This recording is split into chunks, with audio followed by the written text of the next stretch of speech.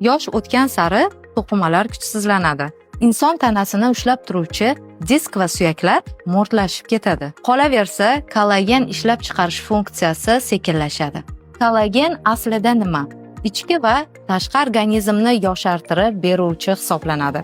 Masalan, teri tarangligi, tirnoqlar va suyaklarni mustahkamligi, ayniqsa sochlarni baquvvatligi. Ko'pchilik kollageni tarkibida nima borligini bilmasdan oladi. Faberlic kompaniyasining kollageni esa mutlaqo halol. Tarkibida qizil lavlagi va mol suyagidan tayyorlangan tabiiy kollagen hisoblanadi. Bu ma'lumotlar orqali nafaqat suyak og'rig'idan qutulish, misol grija, tizza og'rig'i kabi organizmni yoshartirish va terini taranglashtiradi. Qo'llanilishi: nonushtadan 40 daqiqa oldin 1 stakan iliq suvga 100 mg suv.